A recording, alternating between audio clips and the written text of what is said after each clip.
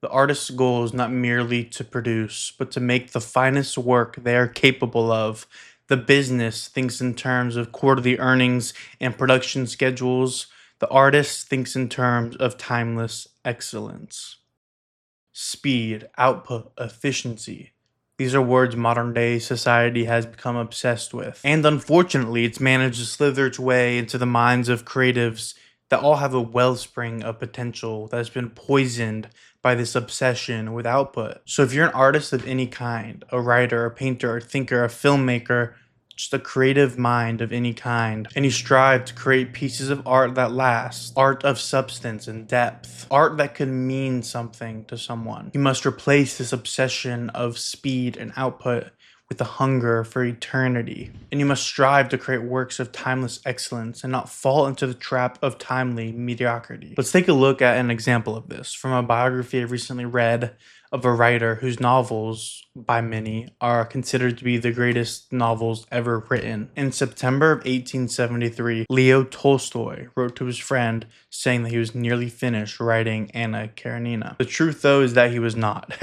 He was exaggerating because the book wasn't completed until 1877. 4 years later. And in the middle of that, in the summer of 1875, deep in the middle of writing his novel, he described his own novel as boring and vulgar. And he said that his only wish was to get it done quickly as possible so he could move on to something else. In these early versions of the draft Tolstoy was ready to ship, there was no Levin, there was no Kitty. These characters didn't exist yet.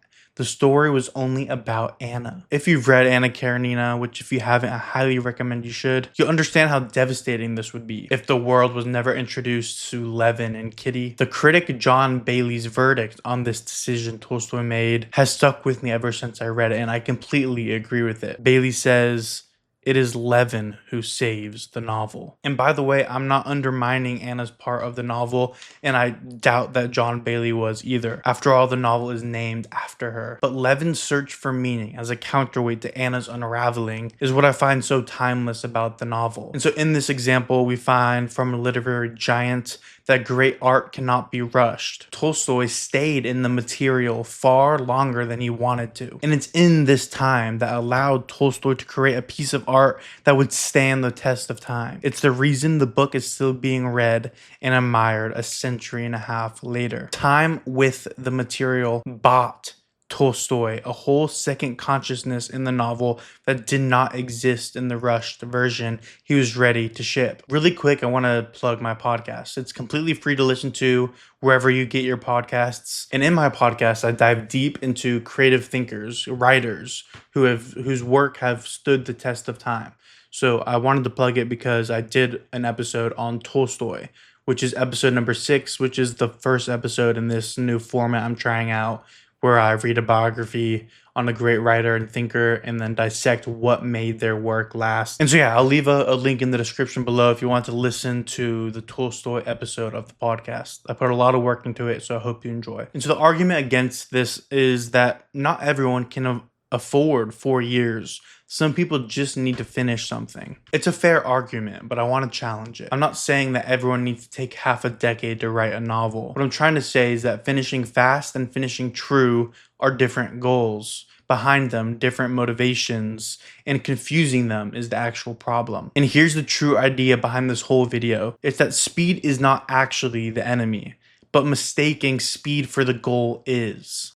The measure of action is the sentiment from which it proceeds. Ralph Waldo Emerson. This Emerson quote is fitting here because if your sentiment for why you want to create something in the first place is not aligned with a powerful devotion to truth, which is what all great art is, then why create something at all? For money? For fame?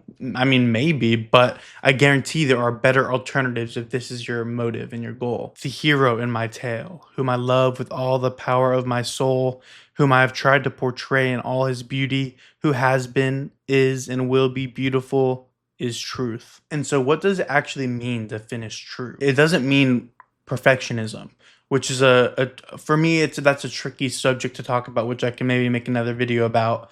But in this case, I don't think perfectionism is what kept Tolstoy in Anna Karenina for as long as he was. What kept him there, what kept him in the material, is that he was still finding out what the book was about. He didn't need more time to perfect the novel about Anna. He needed more time because the novel was not finished revealing itself to him yet. And so that's the distinction right there. It's that finishing fast asks, is this done?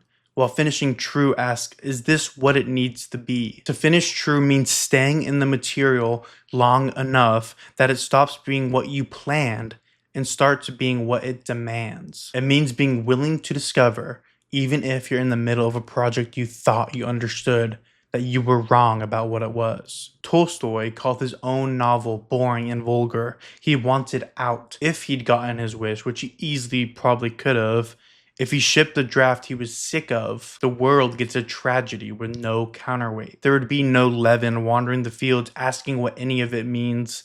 Just Anna, alone, spiraling with no one in the book, still searching for a reason to stay alive. Finishing true is what happens when you let the work outlast your patience with it. Hope you enjoyed this video. Hope you got something out of it. Again, remember that as artists, we should be focusing on timeless excellence, not timely mediocrity. And if you enjoyed this video, I think you would highly enjoy my podcast, again, where I dive deep into great minds and great thinkers, mostly great writers whose work have stood the test of time. The first episode of the format of this podcast is on Leo Tolstoy.